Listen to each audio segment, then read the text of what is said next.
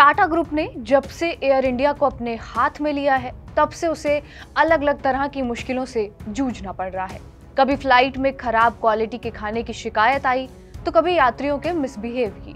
इसी बीच टाटा ग्रुप ने अपने पूरे एयरलाइंस बिजनेस का आपस में मर्जर करने और रीब्रांडिंग का प्लान बनाया। टाटा ग्रुप को लगा शायद इससे एयरलाइन का बिजनेस काफी हद तक आसान हो जाएगा, लेकिन मुश्किलें सुलझने के बजाय उलझती जा रही हैं। एयर इंडिया के 300 से ज्यादा कर्मचारी मास सिक लीव पर चले गए हैं, जिसके चलते एयर इंडिया को 78 फ्लाइट्स कैंसिल करनी पड़ी हैं। मास सिक लीव का मतलब बीमारी की छुट्टी से है, यानी जब बड़ी संख्या में कर्मचारी बीमारी का बहाना बनाकर छुट्टी पर चले जाएं तो उसे मास सिक लीव कहते हैं। ऐसे में सवाल उठता है, आखिर क्यों इतने सारे कर्मचारी एक साथ छुट्टी पर चले गए? इसके पीछे बड़ी वजह क्या है?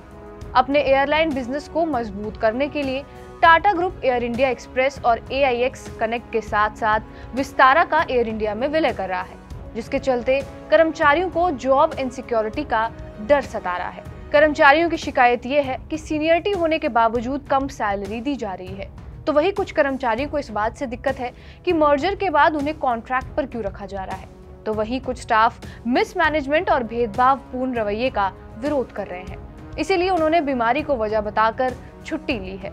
इस संबंध में air India express employees union ने पिछले महीने कंपनी मैनेजमेंट को चिट्ठी भी लिखी थी। इस लेटर में एम्प्लॉयज ने अपनी मांगों और समस्याओं को रखा था। इसमें लिखा था, एयर इंडिया के अधिग्रहण के कुछ दिन बाद ही कई कर्मचारियों को उनका बेहतरीन रिकॉर्ड होने के बावजूद नौकरी से निकाल दिया गया, जबकि अधिग्रहण के वक्त वित्त मंत्री निर्मला सीतारमण ने यह आश्वासन दिया था कि 2 साल तक किसी को नौकरी से नहीं निकाला जाएगा। टाटा कोड ऑफ कंडक्ट में विसल ब्लोअर के कॉन्सेप्ट का जिक्र है, लेकिन ये काफी हद तक एक तरफा है, यानी बॉस को सपोर्ट करता है।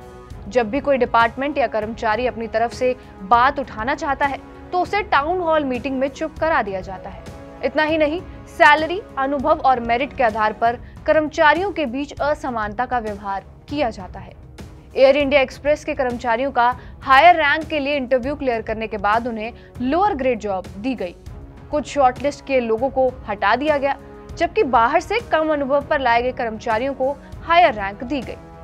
टाटा कोड ऑफ कंडक्ट में ट्रांसपेरेंसी की कमी को लेकर कर्मचारी यूनियन ने अपनी चिंताएं जाहिर की हैं।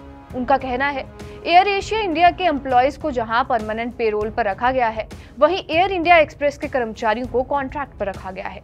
कर्मचारियों ने house rent allowance, travel allowance, DNS, महंगाई अलाउंस जैसे जरूरी भत्तों को लेकर भी शिकायत दर्ज की है, जो उन्हें एयर एशिया इंडिया के साथ मर्जर होने से पहले मिलते थे। अब उन्हें हटा दिया गया है, जिससे उनकी सैलरी बहुत कम हो गई है। एयरलाइंस को चलाने के मानक तौर तरीकों यानी कि SOPs में कर्मचारियों के वर्षों के अनुभव, उनकी सीनियरिटी और क्षमताओं की अनदेखी की जा रही है। एयरलाइंस एक तरह के मिसमैनेजमेंट से गुजर रही है, जिसका असर ना कर्मचारियों, कस्टमर एक्सपीरियंस और कंपनी परफॉर्मेंस पर पड़ रहा है। साल 2021 में जब टाटा ग्रुप ने एयर इंडिया के साथ एयर इंडिया एक्सप्रेस को खरीदा था, एयर इंडिया को खरीदने के बाद दिसंबर 2022 में टाटा ग्रुप ने एयर एशिया इंडिया के सारे शेयर्स खरीद लिए और इसका मर्जर एयर इंडिया एक्सप्रेस के साथ कर दिया। मर्जर के बाद एयरलाइन का नाम बदलकर एयर एशिया इंडिया यानी कि AIX कनेक्ट कर दिया।